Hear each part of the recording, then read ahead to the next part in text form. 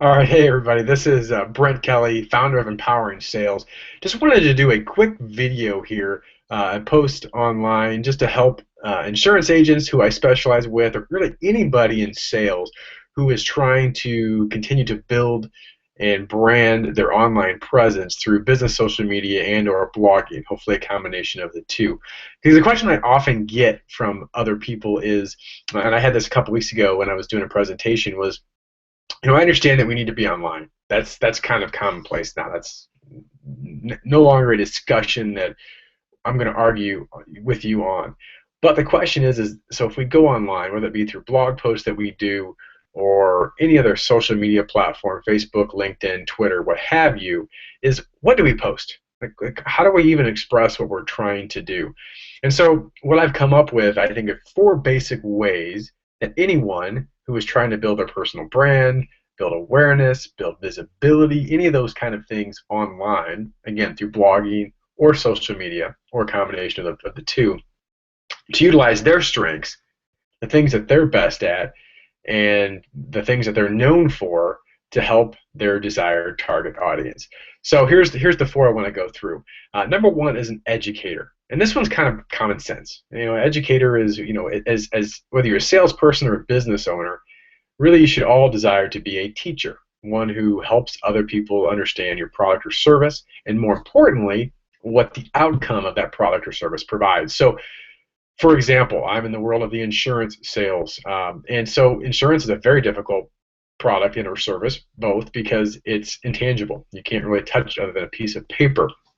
So what can you do as an insurance agent to educate? So you can explain how maybe a certain coverage would affect their outcome. So you could use use a blogging platform or social media post on things that you could do to shore up your roof, for example, for a homeowner. For a business owner, you could maybe look at why you need to look at business interruption insurance, not from a tactical standpoint, but why business owners need to prepare for losses of income. And you could, again, describe that as an educator. Again, those are kind of boring topics, but in any type of business, you can be an educator because people are looking for information. They're looking for people that not only can provide that information, but provide advice and solutions to go along with that information. And you want to be the one that can help provide that, versus your competitor. So become an educator. Think of yourself as a teacher. How can you help? So whether you're doing a tweet or whether you're doing a 500-word blog post, what kind of value can you bring as an educator? So again, that's kind of commonplace. That's where a lot of people start, but be an educator. Number two is you can be a connector. And I had a conversation with somebody just the other day about this and how they're very connected and they didn't even know they were doing it. But a lot of their social media presence isn't so much giving advice, giving specific circumstances of things that they do in their profession, but simply just knowing a lot of people and connecting the dots, so to speak. So they're able to, if they work with a flower shop, that flower shop may need service from a transportation company, and they know both of them and they connect. So you can use any of the social platforms and blogging just to connect. Again, you can become a community resource. You can become an industry resource, whatever that may be, but use that ability to connect. So that would be my second idea is how you can become a connector. Number three is a storyteller. And this is where I think you can start to have some fun in sales and in business, is you can start to tell stories because people love stories. I mean, think back when you were a kid, the things that resonate with you, are stories. And the phrase that goes that, facts tell, stories sell is true. And if you've ever had a salesperson or any person that's in business trying to provide their service or product for you, and they try to give you all the facts and details and whatnot, you become overwhelmed and feel like they're being slimy for the most part. If someone comes and tells you a story, so let's give a quick example to help you. Let's say you're in auto sales, because auto sales gets a bad rap just like insurance sales, because a lot of salespeople, quite frankly, do a poor job of getting their message across, and they come across pushy and desperate. But in car sales, if you tell a story, for example, of someone who is riding in this car and they were able to put the window down of the sunroof, and the exhilaration of hitting that gas pedal and feeling the power, whatever it is that person wants, is a story. And it's not about hey, we have a sunroof and we have this type of engine. It's what is that engine and sunroof? How do people feel? And it goes back to the whole focus that people buy emotionally and they justify intellectually. So just like in car sales, like in any sales, it, people want to imagine themselves sitting there in the car and looking good and feeling good. And it's the emotional aspect. They'll justify intellectually. So your job as a person online is, can you tell a story? Can you give examples of other people? You don't have to give specific names or businesses, but think about other customers that you've helped and tell that story, because it'll resonate. Because if somebody bought for you and had a good experience and you can tell that story, there'll be a good chance you're going to have a prospect who would love to have a similar story for them. So number 3, become a good storyteller. Number 4 is use humor. Use humor. People are very scared in the professional world especially, and again, I'm in the insurance world, but in any type of, whether it be financial services or any type of high-end, so to speak, financial business. And I'm not telling you to be goofy and tell jokes and off-color humor. No, that's not what I'm saying. But have a sense of humor and understand that your business doesn't stop the world. We're just part of the economy.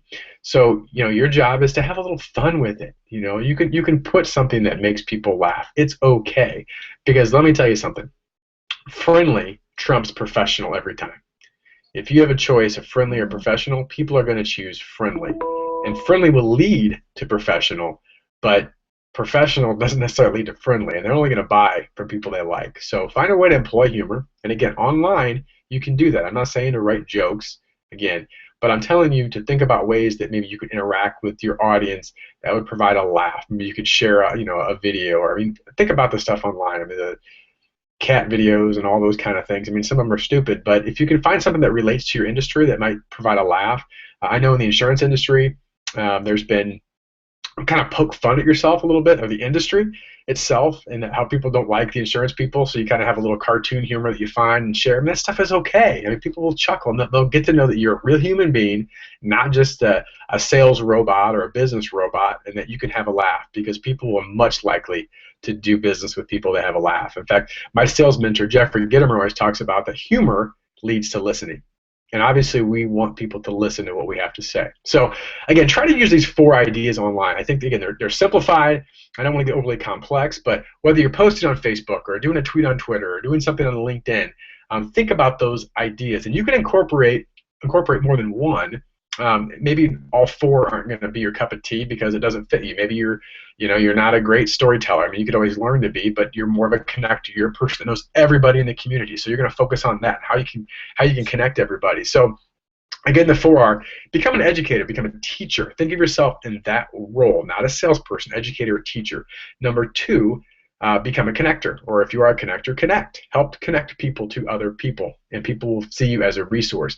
Number 3, be a storyteller. Have some fun. Tell real stories. Again, you don't have to use real names, but use real stories, or ways that you can not make up a story, but use a sense of a story that revolves around your business, if that makes sense. And number 4 is use humor. Have a laugh and have some fun. Again, my name is Brent Kelly. You can find me at empoweringsales.com. I'm here to help people, here to help salespeople especially, or sales teams, to help your attitude, customer loyalty, all the different sales topics we talk about, and how you can better network and make more connections. So you can connect with me on there. Again, empoweringsales.com. I offer classroom training, online training, and anything else, also one-on-one coaching if you'd like that. So it's been fun. I'd love to connect with you. Send me an email, and any way I can help you out, I'd be happy to do so. All the best in your success.